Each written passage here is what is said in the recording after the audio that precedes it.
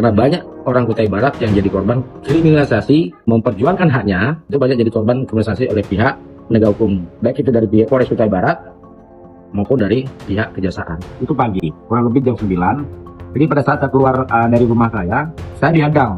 Saya dihadang dari belakang dengan beberapa mobil yang kurang lebih mungkin ada 5-6 mobil kemarin.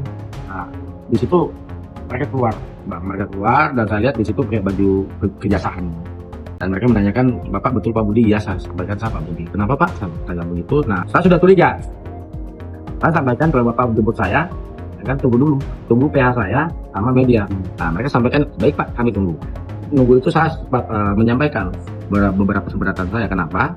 Karena di dalam putusan banding pidana saya di Pengadilan Tinggi Samarinda, itu di nomor perkaranya 185, itu jelas mengatakan bahwa saya tidak bisa ditahan, tidak boleh ditahan.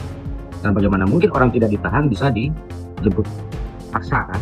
Kecuali kalau di situ saya secara sukarela menyerahkan diri ke kejaksaan. Nah, ini kan tidak mungkin saya secara sukarela saya datang ke sana menyerahkan diri, kan? Nah, itu jadi jelas saya kemarin keberatan karena atas putusan Pengadilan Tinggi Samarinda yang saya banding di perkara pidana saya.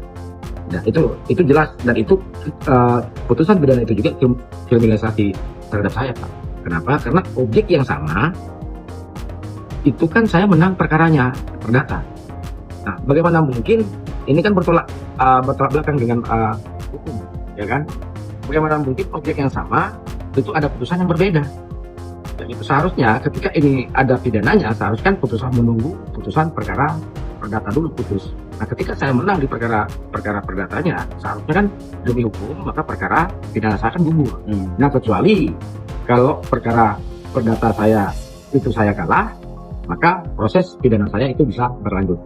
Tapi setelah kita menunggu dan saya sempat berkeberatan dengan itu, begitu datang media, mereka kejari, itu lari terbilit-bilit dengan kecepatan tinggi pakai mobil mereka.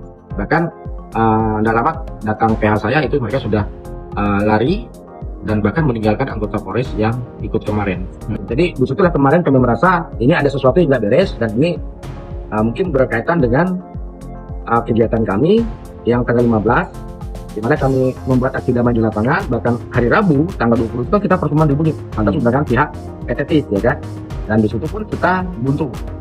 Nah, tapi hari Kamis kemarin saya mau dieksekusi seperti seorang penjahat narkoba maupun teroris. Dan di situ saya keberatan. Kenapa? Karena dengan mobil dan rame seperti itu kemarin, tetangga saya, apalagi itu di depan anak istri saya, kan di situ kan harga diri dan moral saya kan jatuh, Pak. Makanya saya keberatan. Saya seperti mau dijemput atau diculik oleh mereka secara paksa. Kita akan ada rencana, kita akan membuat laporan ke KY maupun ke Kejagung, ya kan, terkait dengan oknum-oknum yang sudah bermufakat jahat dengan melakukan penindakan hukum di luar putusan. Saya meminta kepada Kejagung, ya kan, maupun Mahkamah Agung, ya kan, maupun HAM.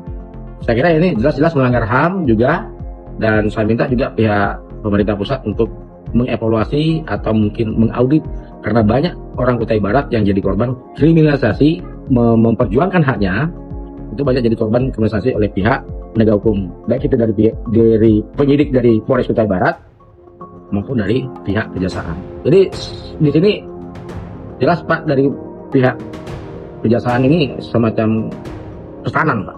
Ini pesanan, dan memang ini sudah lama, Pak. Sudah lama, kita lihat sudah makin parah, makanya dibubar, Pak. Backing perusahaan itu kan banyak dari pihak aparat penegak hukum, Pak. Nah, mereka di sini jual beli perkara segala macam. Nah, di situ ya jelas ada transaksi, Pak. Saya kira itu jelas, Pak, walaupun saya tidak bisa ngomong. Tapi banyak masyarakat jadi korban kriminalisasi terhadap haknya mereka. Berperkara dengan kita, Pak, perusahaan apa namanya, Pak? PT Tepian Indah Sukses, PT Tepian Indah Sukses atau PIS.